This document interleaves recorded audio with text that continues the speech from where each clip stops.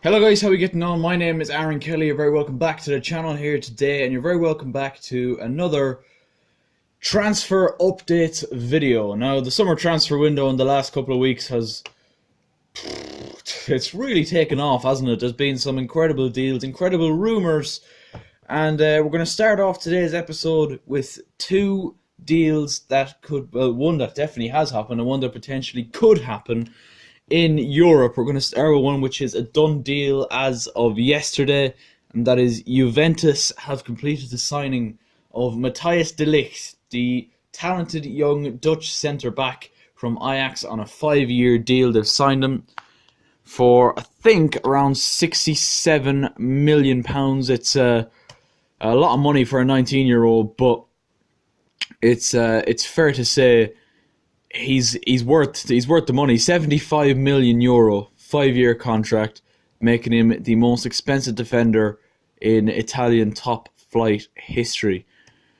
Wow, it's a lot of money. It's a lot of money for a young lad, and usually when a deal like this happens and a lot of money goes into it, I'm kind of thinking to myself, this is it's risky. You could be missing out on a lot of money here for a player who ultimately lets you down. But I think with De Ligt, what they do have is a really promising young player, and I think from his perspective as well, it's probably the right move. I think for a young aspiring defender, I think the dream for any young aspiring defender is to go to Juventus and learn from the best, because obviously he's a fantastic talent already. Was a massive factor in Ajax getting to the Champions League semi-finals. Obviously scored against England in the Nations League and was, just overall quite impressive. But he still has much to learn. He is still only 19, believe it or not. And I think going to Juventus is probably the best possible move for him, because you look at, there's a lot of old war horses, isn't there, at that club? You're looking at Chiellini, you're looking at Bonucci. Barzagli is retired, but I'm sure he's probably going to be still knocking around the place. Gianluigi Buffon is also back at the club. Now, whether or not, he makes a big impact on the pitch, definitely off it, he'll be a father figure maybe for Matthijs de Ligt. I'm sure a lot of them will be, because a lot of them will be coming to the end of their tether now at this stage. They're all kind of mid to late 30s, Bonucci maybe aside. So you'd imagine that they're coming to the end, and De Ligt is probably a direct replacement for them. And they probably still, likes of Chiellini, probably has maybe 2, possibly 3 years left at the top level. So it gives De Ligt plenty of time to learn from him and ultimately replace him in the team. But it's a huge signing, and one that I think Barcelona missed out on massively. Like, a lot of the clubs were after, but Barcelona in particular were heavily linked to them, and it was very much thought towards the end of the season there that Barcelona were going to make their move in the summer, that he was going to join Frankie de Jong at the new camp, but eventually that didn't happen. And this leads me on nicely to our second story of the day, and it is involving Barcelona. I said in my last one of these videos that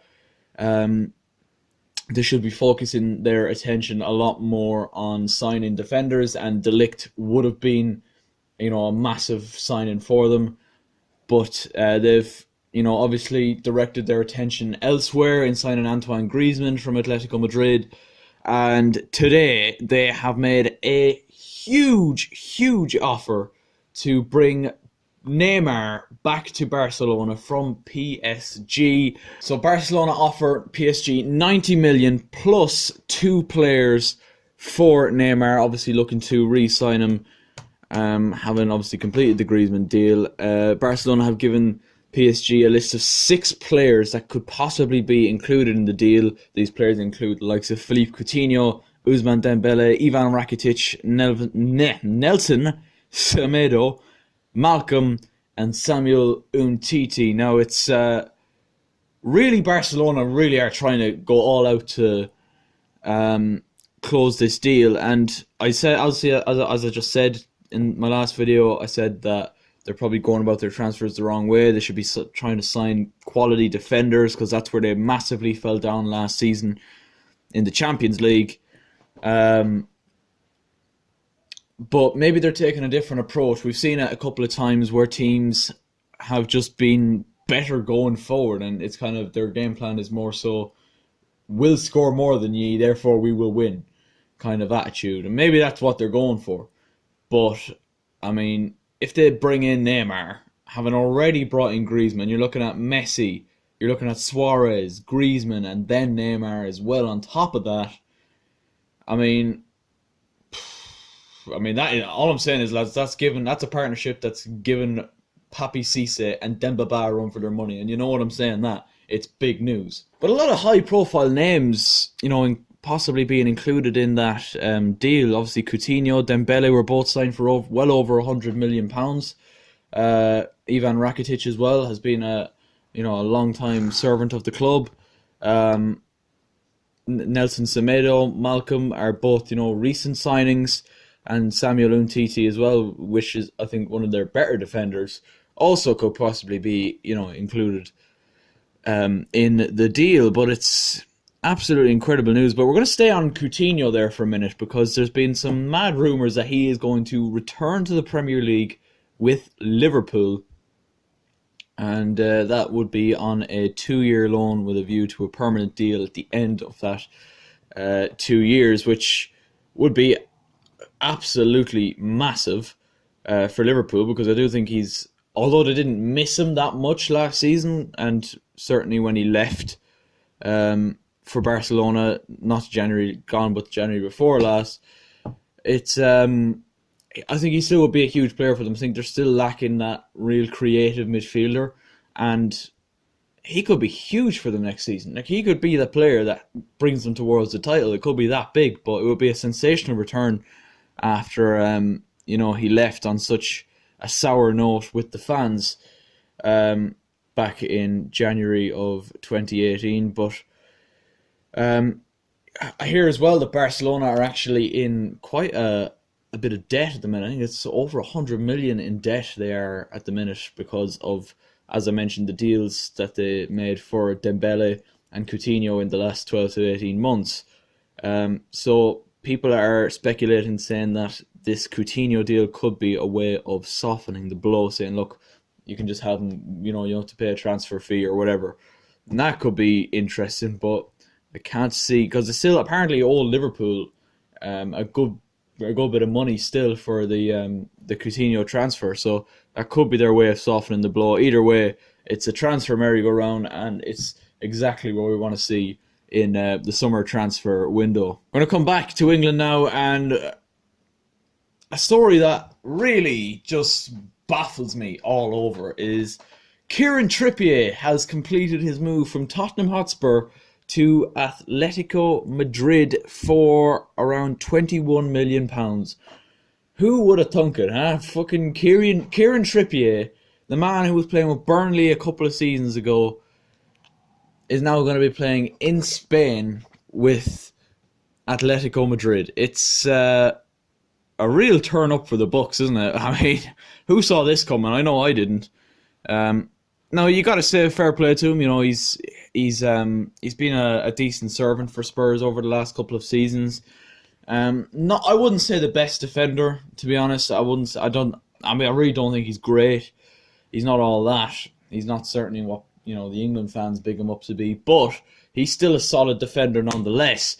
It's a decent signing for Atletico, but it's one of those ones. It's kind of a career mode one, isn't it? It's kind of one of those you don't really expect to see happening. But it's a great move for him. As I said, it takes balls. I think it's great business by Tottenham. As for Atletico, I mean, they've just got rid of Diego Godin as well. I know he's not a right back, but they are losing defenders at the minute. Juan Fran is coming to the end as well. I'm pretty sure they got rid of Versalico to Inter Milan as well, the Croatia international. So, I mean, they were looking for a right back, and they've got a decent one, but it's just bizarre. Like, I'm not saying he's not good enough to play for Atletico Madrid, because he probably is. But as I said, lads, it's a career mode one, isn't it? It's not one you expect to see. Our last story today is staying in London with Crystal Palace, and Wilfried Zaha has told them he wants to leave. It's wow. It's it's not really a surprise. Let's be honest with ourselves. It's not really like he's 26 years old. You know, he's in coming up towards the prime of his career now. It's no real surprise he wants to leave a club like Crystal Palace. He had a chance before at Man United under David Moyes, but he never really got the chance he was looking for. So, you know, I think a move for him now is probably the right choice. And Arsenal have been linked with him, and I think had a bid of in and around, was it 40 million rejected? Yeah, 40 million earlier in the month.